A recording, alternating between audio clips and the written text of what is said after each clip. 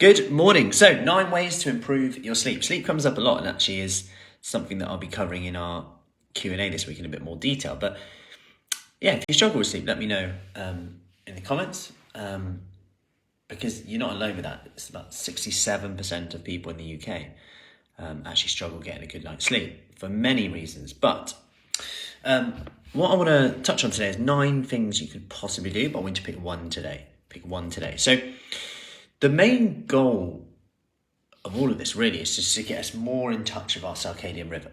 So the first one of this is to get 10 minutes of daylight as early as possible in the day.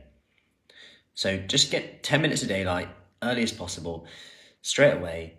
Obviously as the darker mornings come in, this is going to get harder to do. So there are things you can do around this, like sitting at a desk with a window in front of you is optimal, but if you go for a glass of water, you have a cuppa, get outside, or even just looking out the window, the power of that light can be good. Number 2, avoid caffeine after between 12 and 3 p.m, depending on you. You've got to know you. We know that caffeine has a half-life of 4 hours. It's still in your system like 8 hours later, which could potentially impact that. Number 3, have a bath or warm shower, warm bath, kind of 2 hours pre-bed. If you can, 1 hour pre-bed is fine. Don't be too particular with that. Just to calm yourself down a bit with that temperature, the switch off, have a bit of a switch off routine with that. Number 3 is to have a worry journal. And in this, just empty your head. Given that, I think it was 40 odd % of people who struggle to sleep said that they just overthink. They've got too much going on in their head. Like, write down all the things you've got to do, all the things that you're worried about right now. Just put them on a piece of paper, leave them out of your head. And also don't forget to turn a positive spin on this. And this is something we talk about a lot with confidence, is to write down your wins. What's been your biggest win so far today? Write that down. Like, at the end of the day, what's worked well today? Just can ask that question. Think of it differently. Next one is slightly less popular, which is have a bit of a 3-hour rule with alcohol. So if you can, we know that alcohol can potentially disrupt your sleep. Try and leave 3 hours before you go to bed. Morning, Michelle. Try and leave 3 hours before you go to bed. And, obviously the more you drink, that's going to be more of an impact on it. So, if you went maximum 3 drinks or 3 hours before bed, that's a good rule of the thumb, just to help limit that impact on that. The next one is to actually have a bit of a digital sunset, if you like. So screens off 90 minutes before bed is always a good one to do to stop that stimulation. We know that the light is going to stimulate us as well. Temperature, so making sure that our bedroom isn't too hot. These are real simple things to change. Remember, I'm talking about one thing to change from this.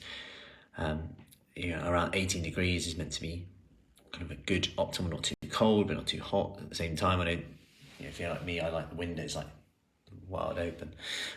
Make a dark bedroom. Again, I wear an eye mask. Got one here actually. This is for my naps. Eye mask in on here. Just I can sleep anywhere with that. Really simple. And finally, and this is the interesting one, is if you wake up in the night, don't reward yourself by scrolling on the phone, drinking a cup of tea.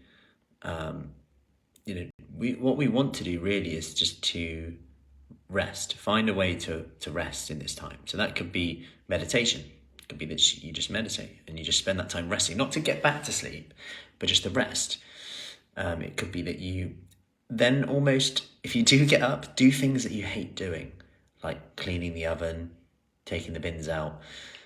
Because otherwise, every time we're waking up, we're actually rewarding ourselves. And I was speaking to someone the other day and they were like, yeah, I actually quite look forward to it. Because I like, in the middle of the night, no one's up, I have a cup of tea, but then I'm knackered the day after. And we know that this can have such a negative impact on our risk of disease, cardiovascular disease, diabetes. It can potentially impact our hunger. And if we end up eating 300 to 500 calories more per day because of this can impact our weight and all the associated risk factors with that, our motivation, our energy, and all these things. So there's some practical tips. Let me know one thing that you're going to do from this in the comments, and I'll see you soon. Have a good Sunday. Take care.